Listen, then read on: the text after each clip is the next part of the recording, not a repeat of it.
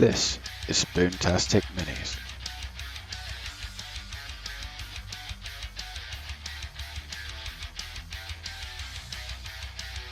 So you might remember the red Space Marine that I did pre-shading on, but now I'm going to try painting a Marine with just straight Mephiston red for the sake of comparing it with contrast Blood Angels.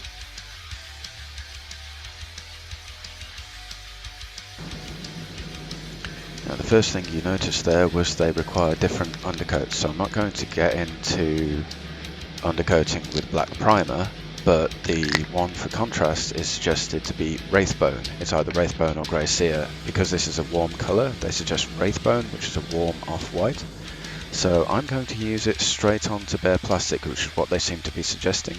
I wouldn't normally recommend this, I'd normally recommend primer, but I actually want to use this as suggested by the Games Workshop to see how it actually goes.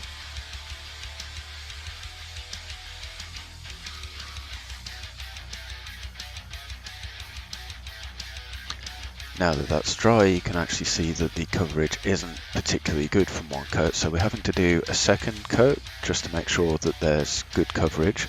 And this is now starting to look like it's not such an advantage in terms of time, because it's all very well to say you only use one thick coat of contrast, but if you need two, or in this case even three coats of the undercoat, you're actually spending a lot of time undercoating before you get as far as the contrast paint.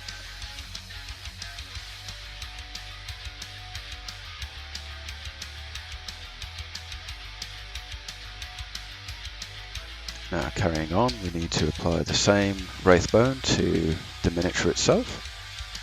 And so although I showed it earlier in the intro, fully painted with Wraithbone, how do we actually get there? Well, I didn't use primer at all, I actually painted Wraithbone straight on.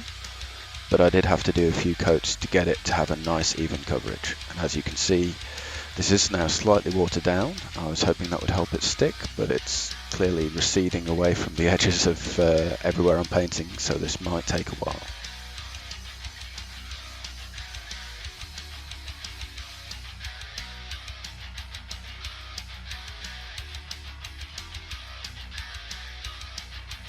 Now, of course, strictly speaking, I only really need to hit the areas that are going to have the contrast paint with this, but as I'm using as a kind of primer or undercoat, I am pretty much going over everything so that at least everything has paint on it before I start.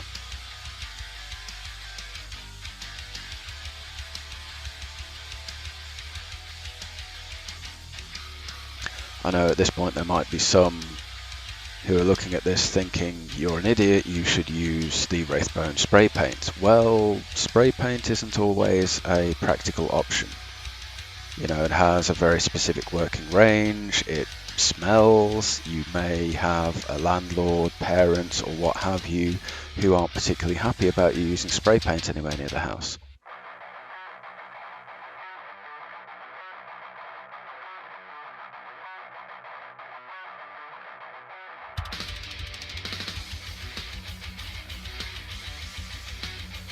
I think it's fairly well established by now, but I'm going to state it out loud. I don't think this is a particularly good primer. I don't think it sticks particularly well to the plastic, and I think it would stick even worse to resin.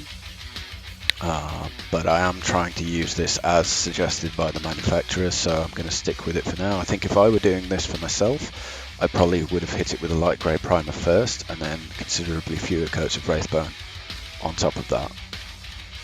When I say doing this for myself, I mean instead of as this mini is purely being done for the purpose of a video rather than for my own collection.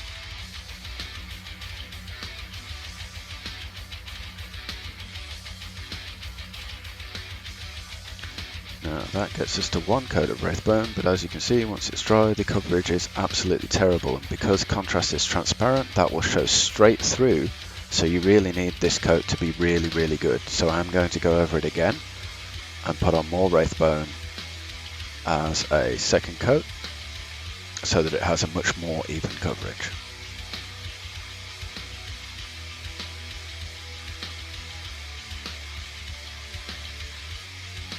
Now obviously for a second coat this is going on much easier, and you could even thin it down more.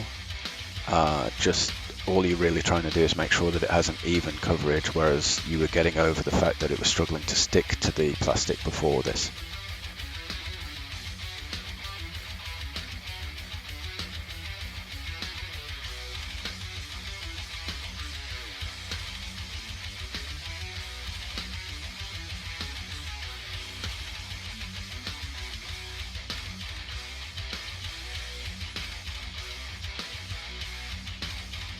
Due to the magic of cinema, I can skip ahead to where I've done most of the Mini.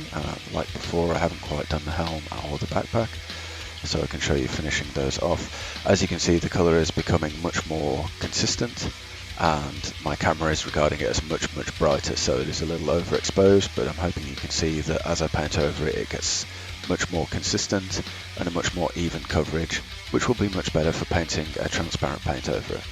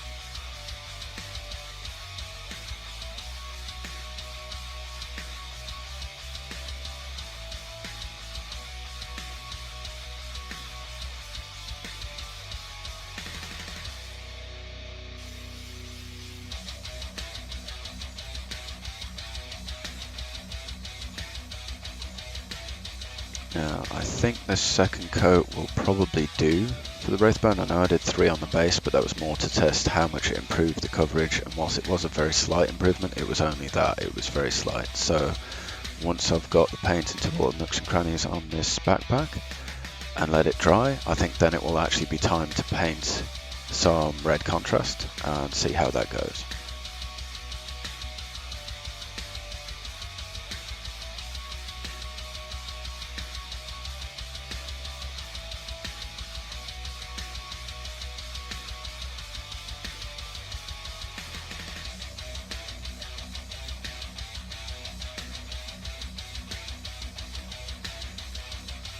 Now, whilst we let that dry, I'm going to test the red contrast straight out of the pot using one thick coat over the base and see how it goes.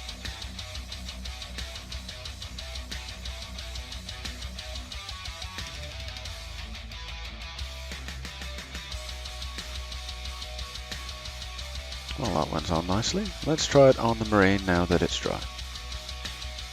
And as you can see, almost immediately, this is producing quite a nice rich red colour. So although the camera is struggling to pick up the light Wraithbone colour, as soon as I paint the red on, you can see a nice difference between the light and dark areas, which is, I suppose, where contrast gets its name from.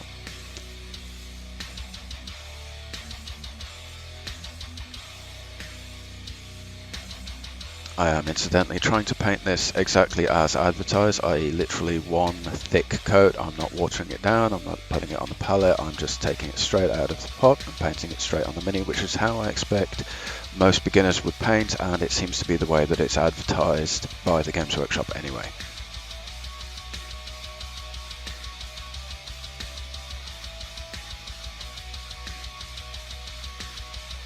I wouldn't normally show painting every part of the Mini, but this is going so quickly that I actually decided to film doing more of the Mini than I normally would.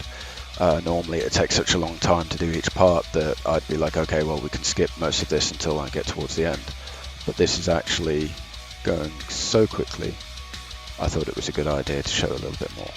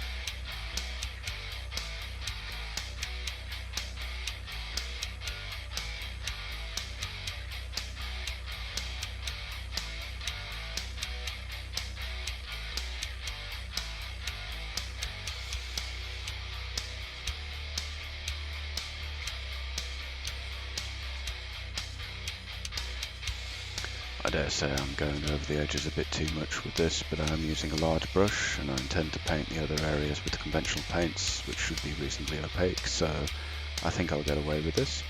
And I must confess I am also enjoying how quickly this is going on compared to conventional painting. You'll see a bit later on in the video what I mean when I get to the Mephiston red.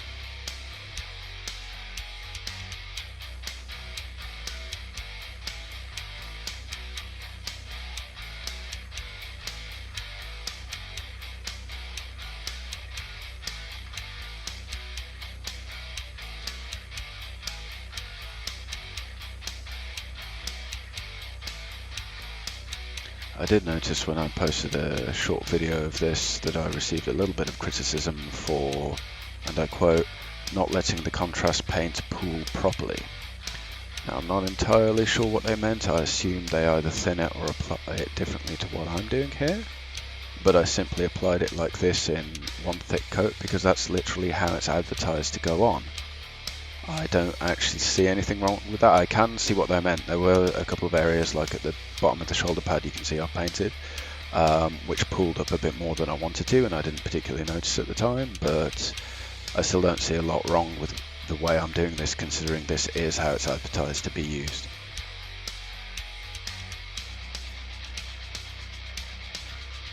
Plus, of course, the whole point of this for me is trying this for the first time and seeing what it's like, so if I don't do it perfectly, I'm really not surprised. When was the last time you did something perfectly on your first try?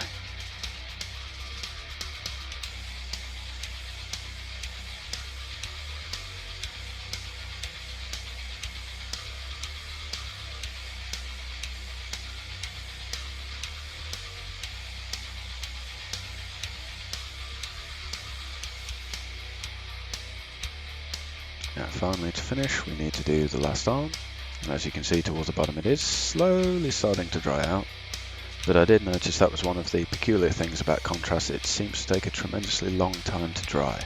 So whilst I say it's starting to dry out, it is just that. The conventional paint that I thinned down would be dry already.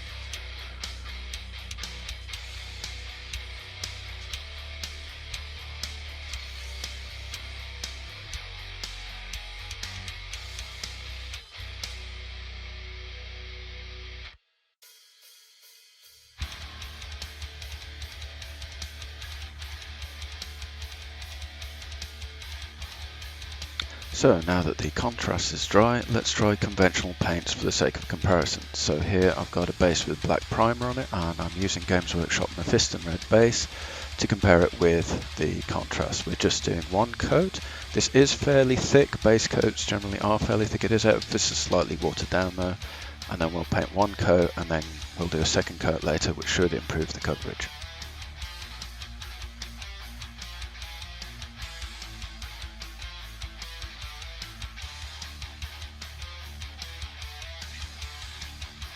So, due to the magic of cinema, it has now dried, and I'm going to do a second coat, which apparently needs more water. And that should give it a much better coverage and much closer to the colour that you can see in the pot.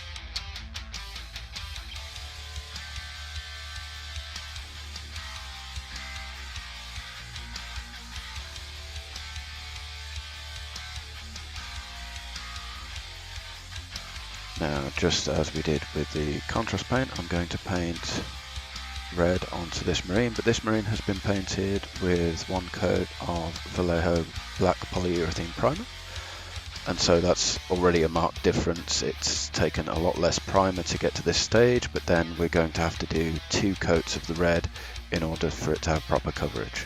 So if it doesn't look amazing from one coat of red, don't worry, we are going to go back and do a second one.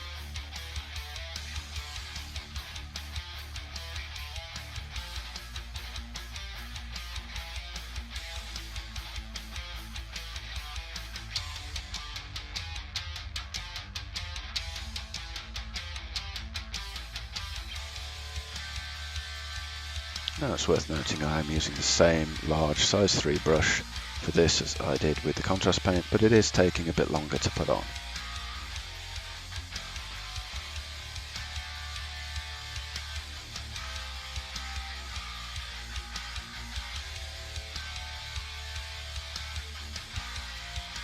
So a little while later, and we need to finish off by painting the remaining shoulder pad and arm.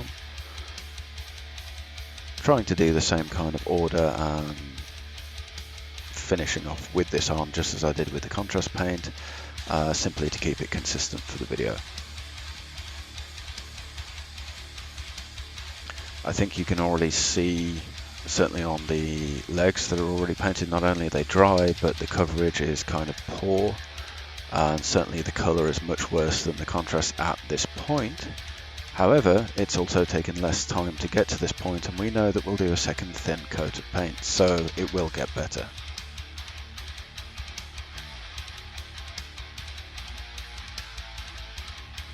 Another small point to make, as you saw with the pre-shading video, if I had used this paint over white or light grey, it also would be brighter at this point.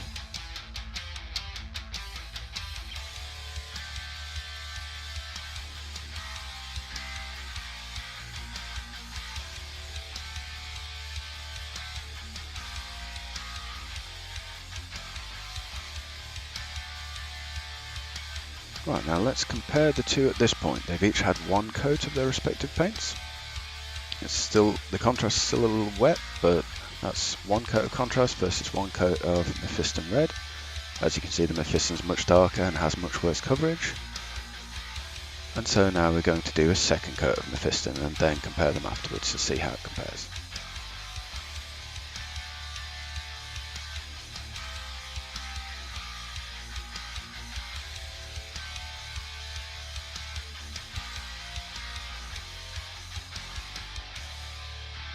Now, one thing that will become obvious with this is that as I double down on the coverage, you'll actually lose some of the slight shading and highlighting that this already has. And then, of course, you'll have to, if you want shading and highlighting, come back in with something like a wash and maybe some dry brushing in order to have it highlighted and shaded, which of course the contrast paint gets around by having thinner parts lighter and thicker parts darker. So it already seems to have a bit of shading and highlighting, if that makes sense.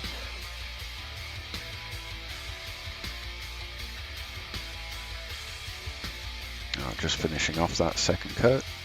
As you can see, the colour coverage is much better than before, although it's worth noting at this point you can see that although this is pretty much the colour that Mephiston red should be, it is much darker overall than the Blood Angels contrast paint, even though both of these are the recommended starting colours for Blood Angels.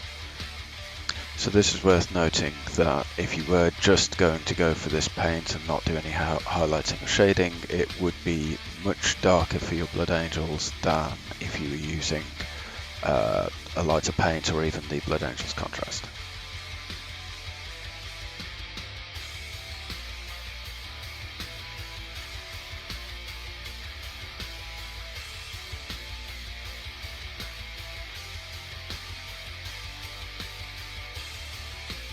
Alright, with that set finished, we can now compare how they look with the Mephiston having two coats and the contrast having still just one coat of paint. So there's contrast, and now here's the Mephiston red. You can see what I mean about it being a darker colour, but it is also a much more uniform colour, and there's much less of a hint of orange to it when compared with the contrast.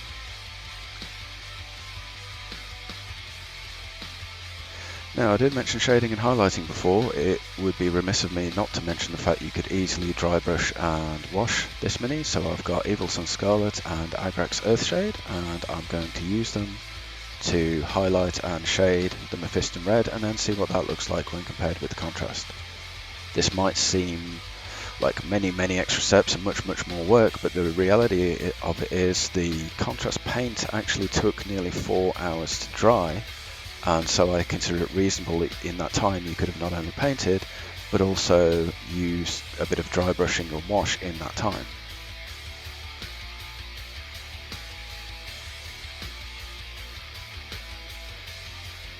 The dry brushing technique is particularly quick and simple. You just get a large brush, preferably one designed for the purpose. You wipe most of the paint off it on a tissue, and then you just rub the brush back and forth past all of the raised edges, and it should catch only those raised edges and leave the recesses dark. And so you'll see it's a much more highlighted colour when we're finished.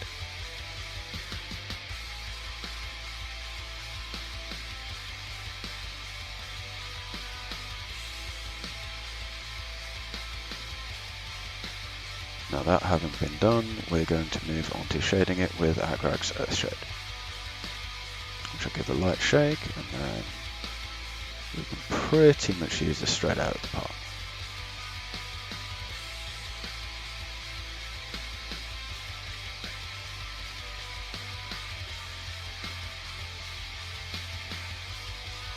So bear in mind that the dry brushing has dried. I have left a little bit of time in between, not a crazy amount because dry brushing doesn't take long to dry. And now I'm applying Agrag's Earthshade generously all over the red parts so that all of the recesses should be a sort of dark brown colour in order to increase the contrast.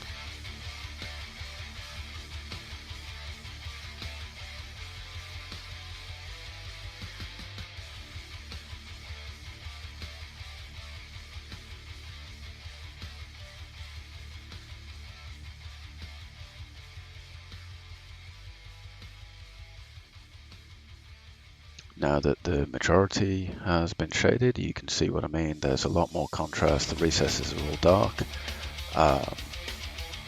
It's maybe not quite the same effect as the contrast paint, where the darker recesses were red rather than brown, but even so, this gives it a lot more contrast between the lightest and darkest areas, and it looks more like a conventionally painted model.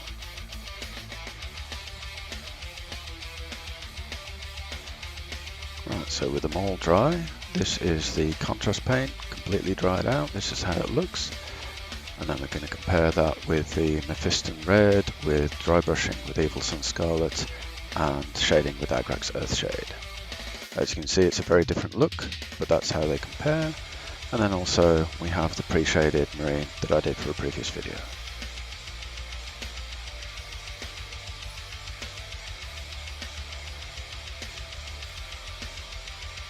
So here's the Mephiston Red Mini. This is how it looks, quite conventional you would say.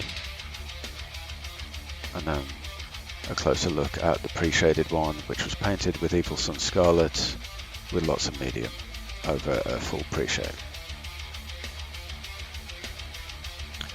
So to summarise, contrast is done in one coat and goes on quickly, but requires a different undercoat with pore coverage, takes nearly 4 hours to dry, and you must take care not to let it pool too much. Meanwhile, conventional paints seem to take more work, but 2 thin coats dry quickly, primer's done in one shot, it goes straight over black primer and you can shade and highlight before contrast is dry. Right, if you've watched this far, firstly thank you for watching.